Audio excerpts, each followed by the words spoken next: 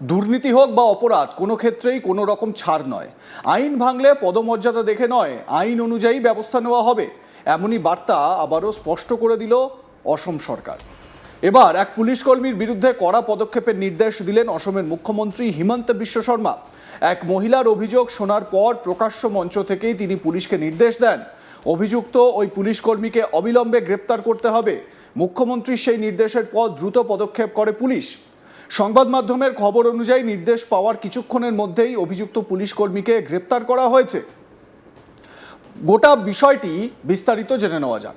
অসম সরকার দীর্ঘদিন ধরেই আইন শৃঙ্খলার প্রশ্নে কঠোর ব্যবস্থা নেওয়ার কথা বলে আসছে।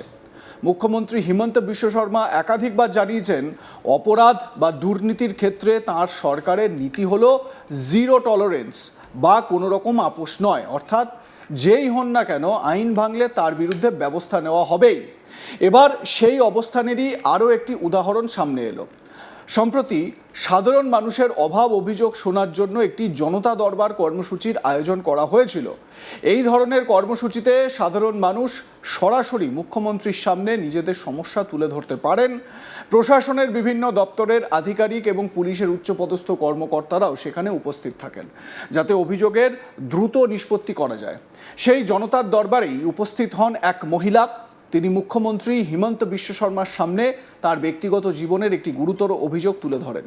মহিলার দাবি, তার স্বামী তাকে ডিভোর্সের হুমকি দিয়ে অন্য এক মহিলাকে বিয়ে করেছেন। শুধু তাই নয়, তিনি আরও অভিযোগ করেন যে তার স্বামী একজন পুলিশ কর্মী এবং সরকারি চাকরিতে থেকেও আইন ভঙ্গ করেছেন। মহিলা মুখ্যমন্ত্রীর সামনে পুরো ঘটনাটি বিস্তারিতভাবে তুলে ধরেন। অভিযোগ শোনার পরই বিষয়টিকে অত্যন্ত গুরুত্বের সঙ্গে নেন হিমন্ত বিশ্ব শর্মা। তিনি সেখানে উপস্থিত পুলিশের শীর্ষ আধিকারিকদের দিকে তাকিয়ে স্পষ্ট নির্দেশ দেন, বিষয়টি আর ফেলে রাখা যাবে না। মুখ্যমন্ত্রীর বক্তব্য ছিল অত্যন্ত স্পষ্ট। তিনি বলেন, রাতের মধ্যেই ওকে গ্রেপ্তার করুন। ওই মহিলার সঙ্গে মুখ্যমন্ত্রী হিমন্ত বিশ্ব শর্মার কথোপকথনের সেই ভিডিওটি সোশ্যাল মিডিয়ায় ভাইরাল। চলুন দেখে নেওয়া যাক সেই ভিডিওটি। বাচ্চাটা কেউ মিলে ধরা কি লাগে? স্বামীর বিরুদ্ধে গোসর কি করেছে? কাক বিয়া করেছে? কোর পাচ্ছে কিন্তু আনাটো কনফার্ম কত আছে? কোট চাকরি করে কি ডিপার্টমেন্ট? পুলিশ আর আসাম পুলিশ কেসের রেজিস্টার করা ক্ষমা কৰিছিল কাক বিয়া করছে এইটো মোক বাচ্চাৰ কথা দিছে যে মোক 16 তাৰিখে ছাৰ মোৰ কেছ আছে, সি মোক দম দিছে। তাহাঁতৰ ধুনীয়াকে হৈছে যে 16 তাৰিখে মোক আহি ডিভোৰ্স দিবি, নহ'লে বাচ্চাৰ এটা মই লৈ যাম। আজি ৰাতি এৰেষ্ট কৰিবি, তেতিয়া মোক কবি।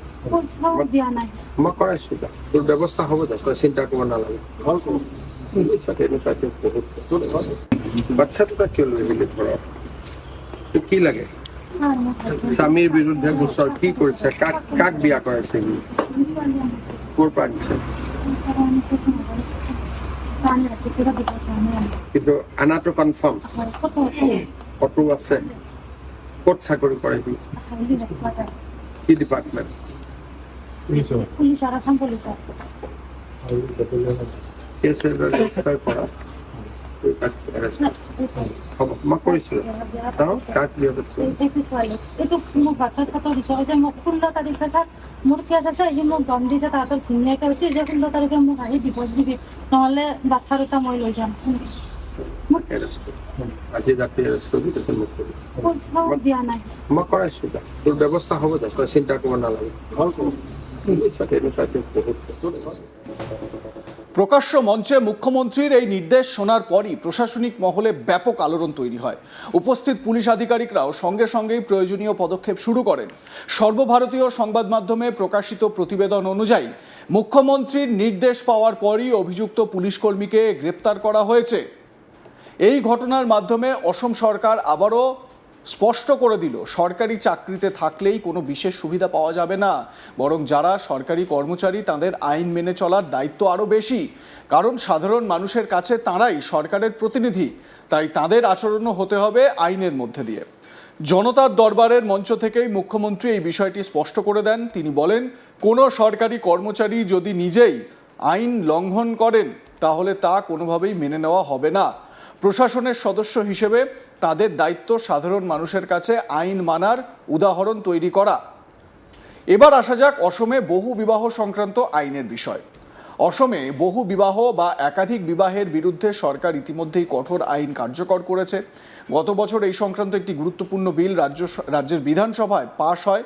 সেই আইনের মাধ্যমে বহু বিবাহকে আইনত নিষিদ্ধ করা হয়েছে, অর্থাৎ নির্দিষ্ট আইন ব্যতিক্রম ছাড়া একাধিক বিয়ে করলে তার বিরুদ্ধে ফৌজদারি মামলা হতে পারে।